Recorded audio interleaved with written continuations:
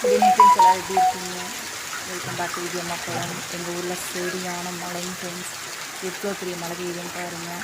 ரொம்ப ரொம்ப நாள் கழித்து இப்போ தான் இப்படி ஒரு மழை பெய்யுது.